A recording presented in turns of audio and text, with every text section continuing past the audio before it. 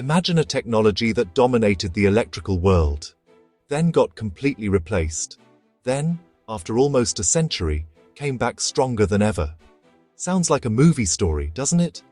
But this is exactly what happened with direct current, or DC. Today, some of the world's longest and most powerful transmission systems use DC. Yet, there was a time when everyone believed AC had permanently defeated DC. So why did engineers bring DC back? What advantages does HVDC offer that AC cannot? And why are countries investing billions of dollars in HVDC transmission projects? By the end of this video, you'll know the answers. And while watching, tell me in the comments. Before clicking this video, did you think HVDC was actually more than 100 years old? The use of direct current is actually older than alternating current. One of the earliest central electric power stations was installed by Edison in New York in 1882. It operated at approximately 110 volts DC. At that time, DC was the dominant method of supplying electrical energy. Homes, businesses, and industries received power through DC systems. Everything seemed to be moving in the direction of direct current. But a major challenge soon appeared. Power stations could not always be built near consumers. As electricity demand increased, power had to be transmitted over longer distances. And this is where AC started gaining attention. Think about a large hydroelectric power plant located in a mountainous area. The power generated there must travel hundreds of kilometers before reaching cities and industries. For efficient transmission over such long distances, voltage must be increased, and AC made this process extremely easy. Using transformers, engineers could step voltage up for transmission and step it down again for consumers. This single advantage revolutionized the power industry. The power losses in a transmission line depend upon current. When voltage increases, current decreases for the same power transfer. Lower current means lower losses. AC made high-voltage transmission practical and economical. Because of this, AC gradually replaced DC transmission systems. But transmission was not the only reason. There were several other technical advantages. Most industrial applications today rely on induction motors. These AC machines are simple, rugged, reliable, and relatively inexpensive to build and maintain. In comparison, equivalent DC motors require more upkeep due to their complex construction. DC machines use commutators and brushes, which become problematic as voltage and power ratings rise. Increased commutation leads to sparking, a serious concern for engineers. Think of it like riding a motorbike whose engine gets more complicated every time you try to go faster. Before long, maintenance becomes a nightmare. A similar situation arises with large DC machines. For high-voltage operation, the commutator must be made larger, which restricts the machine's speed because of centrifugal forces. This means DC machines quickly become bulkier, heavier, and more costly.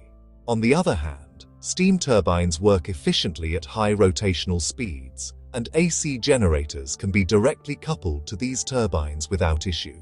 This made generating AC power more practical and cost-effective.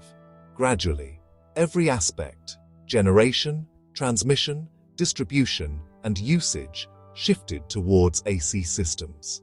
The electrical industry had truly entered the age of alternating current. At this point, it looked like DC had lost the battle forever. But engineers are not easily convinced. Even though AC dominated the industry, engineers continued studying direct current. And they discovered something interesting. There were certain situations where DC actually performed better than AC. In those applications, DC had advantages that AC simply could not match. This realization eventually led to the development of high-voltage direct current transmission, commonly known as HVDC. One of the biggest problems in long underground AC cables is charging current. An AC cable behaves like a capacitor. Even when useful load current is small, charging current continues flowing. As cable length increases, charging current increases. Eventually, it becomes a major limitation. Think of it like carrying water through a pipe that keeps leaking along the way. No matter how carefully you pump the water, some effort is continuously wasted. Long AC underground cables face a similar challenge. HVDC does not suffer from this limitation. Since DC voltage does not continuously change polarity, there is no continuous charging current like AC systems. This makes HVDC extremely attractive for long underground and submarine transmission.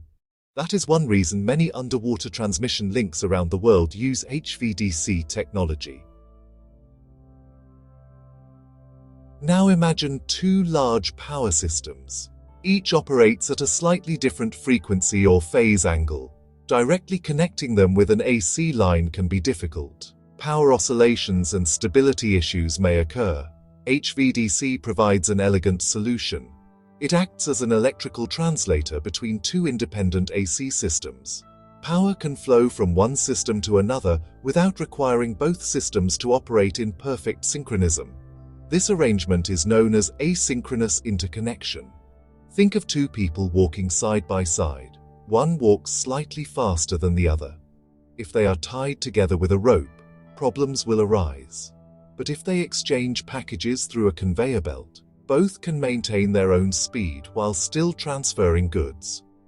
HVDC works in a similar way. It allows controlled power transfer while maintaining independence of the connected AC systems. This significantly improves system stability. Long before modern HVDC converter stations existed, engineers attempted DC transmission using rotating machines. One famous example was the Thury system. The system was developed by French engineer René Thury. The sending station used many DC generators connected in series. By connecting generators in series, very high voltages could be achieved. At the receiving end, a similar number of DC motors were connected in series. These motors could drive local generators and supply power to consumers. The entire system operated at constant current. Instrumentation requirements were simple. An ammeter and a voltmeter were often sufficient. The system successfully transmitted power over considerable distances. However, as power levels increased, limitations of DC machines became more apparent. The future of HVDC required a different technology. The real breakthrough came with power electronics. The development of high-power semiconductor devices transformed HVDC technology. Among these devices, thyristors played a crucial role. Engineers could now convert AC into DC electronically without relying on large rotating machinery. This dramatically improved efficiency, reliability, and controllability. Modern HVDC transmission became practical, and from that point onward, HVDC projects began appearing around the world. Today, HVDC is used for bulk power transfer over very long distances. It is also widely used for interconnecting large power grids. India is one of the leading users of HVDC technology. Several major HVDC links operate across the country, enabling the transfer of vast amounts of electricity over great distances. Some important examples include the Rihan-Dadari HVDC link, the Chandrapur-Padghe HVDC link, the Talcher-Kolar HVDC link, the Northeast Agra HVDC link, and the Pugalur-Rayagad HVDC link. These projects transfer huge amounts of power across large distances and play an important role in strengthening India's power network. If you know any HVDC station near your city or state, mention it in the comments. Let's see which state has the highest number of viewers from the power industry. Now let us understand the basic structure of an HVDC transmission system. As you can see on the screen, an HVDC link consists of three main sections. First is the sending end converter station. Second is the DC transmission line or cable. Third is the receiving end converter station. At the sending end, AC power from the grid is converted into DC. The DC power is then transmitted over the HVDC line. At the receiving end, the DC power is converted back into AC and supplied to the local power system.